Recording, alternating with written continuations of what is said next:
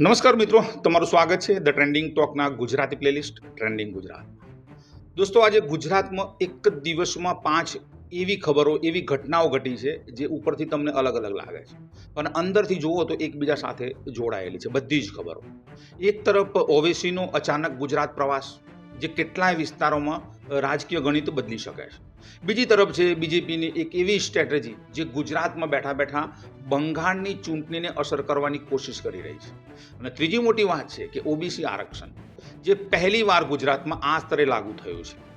ચોથી વાત એ છે આમ આદમી પાર્ટીનો એક ગંભીર આરોપ કે તેમને ચૂંટણી પહેલાં સિસ્ટમેટિક રીતે નબળા પાડવામાં આવી રહ્યા છે. અને છેલ્લે જમીન કાયદામાં એવો ફેરફાર છે જે સીધો 7 કરોડ ગુજરાતીઓના જીવનને અસર કરે છે. હવે મિત્રો, સવાલ એ નથી કે શું આ બધું અલગ અલગ ઘટનાઓ છે કે પછી આ બધું એક મોટી પોલિટિકલ પિક્ચરના અલગ અલગ ટુકડા છે.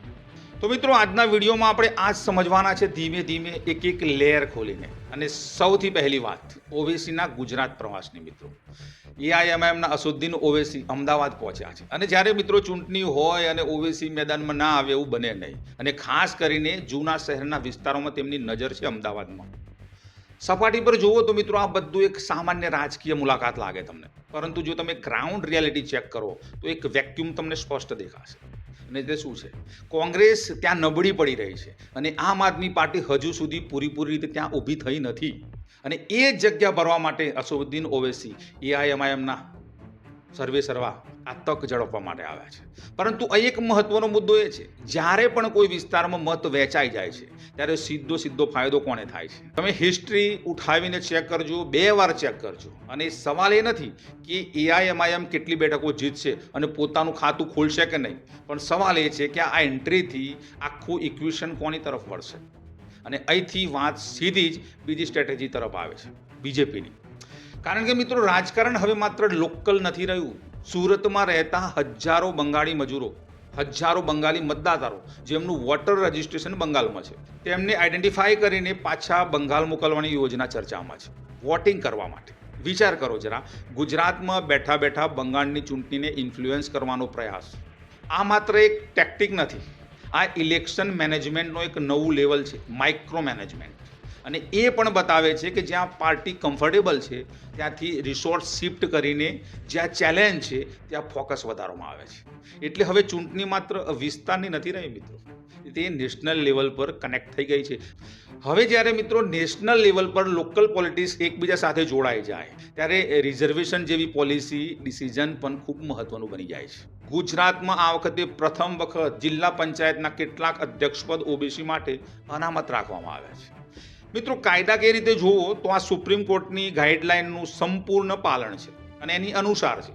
કારણ કે એમ્પિરિકલ ડેટા હવે તૈયાર થયો છે, અત્યાર સુધી તૈયાર નહોતો.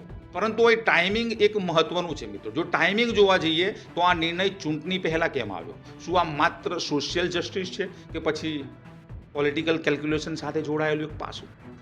કારણ કે આ બધું જ પોલિસી ડિસિઝન સીધા મતદાનના બિહેવિયરને અસર કરે છે આ સ્થાનિક સ્વરાજની ચૂંટણીમાં.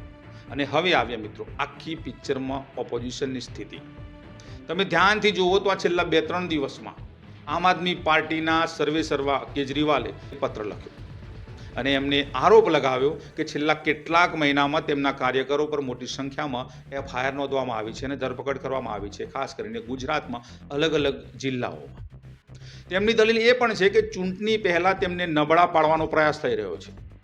બીજી તરફ મિત્રો સત્તાપક્ષ એવું કહે છે કે આ કાયદાકીય કાર્યવાહી છે. અને અહીં મિત્રો આખું પિક્ચર આપણે એક વ્યુઅર તરીકે એ જોવું જોઈએ અને સવાલ પણ પૂછવો જોઈએ કે શું આ ચૂંટણી પહેલાં દરેક પક્ષને સમાન તક મળવી જોઈએ કે નહીં? કારણ કે જો સ્પર્ધા બેલેન્સ ના હોય તો પરિણામ પર, વિશ્વાસ પર પ્રશ્નાર્થ ઉઠી જાય છે. પણ મિત્રો, આપણે વ્યુઅર તરીકે એ પણ જોવું જોઈએ કે આરોપ સાચા છે કે ખોટા.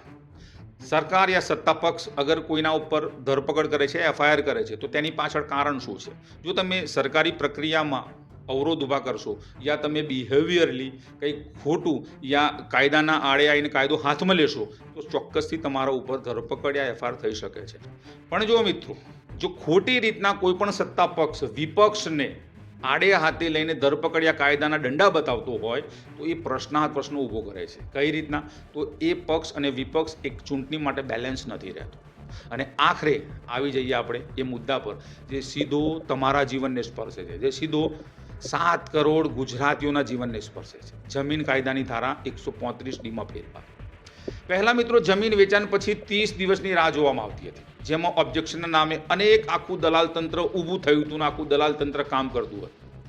અને હવે જો જમીન ક્લિયર હોય તો એ જ દિવસે એન્ટ્રી થઈ શકે છે. એટલે કે માત્ર 30 યા 35 દિવસની રાહ જોવાની જરૂર નથી. અને તપાસ જરૂરી હોય તે કેસમાં 30 દિવસથી ઘટીને 7 દિવસ. અને આ ચેન્જ માત્ર એડમિનિસ્ટ્રેટિવ ચેન્જ નથી, આ ગ્રાઉન્ડ લેવલ પર લાખો લોકોને સીધી રાહત આપે છે. પરંતુ અહીં પણ એક સવાલ ઊભો છે કે આ સુધારો હવે કેમ આવ્યો, પહેલાં કેમ નહોતો, આટલા બધા વર્ષો સુધી રાહ કેમ જોવી પડી? તો દોસ્તો, જો તમે ધ્યાનથી જુઓ તો આ પાંચેય ખબરો અલગ નથી, દરેક એક જ દિશામાં ઇશારો કરે છે. ચૂંટણી પહેલાં દરેક પગલું ખૂબ સાવચેતીથી લેવામાં આવી રહ્યું છે. ક્યાંક સ્ટ્રેટેજી છે તો ક્યાંક પોલિસી છે, ક્યાંક એક્શન છે તો ક્યાંક બીજું કંઈક છે. બધું એક જ લાર્જર ગેમનો ભાગ છે આ બધું. અને અંતમાં વાત ખૂબ જ સિમ્પલ છે. 26 એપ્રિલે તમે ફક્ત મતદાન નહીં કરો, તમે નક્કી કરશો કે આખી રમત કઈ દિશામાં જશે.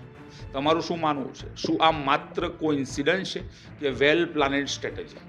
કોમેન્ટમાં મિત્રો જરૂર જણાવજો તમારા વિચારો. અને જો આ એનાલિસિસ તમને વેલ્યુએબલ લાગ્યું હોય, ઇન્ફોર્મેટિવ લાગ્યું હોય તો મારી ચેનલને જરૂરથી સબસ્ક્રાઇબ કરજો.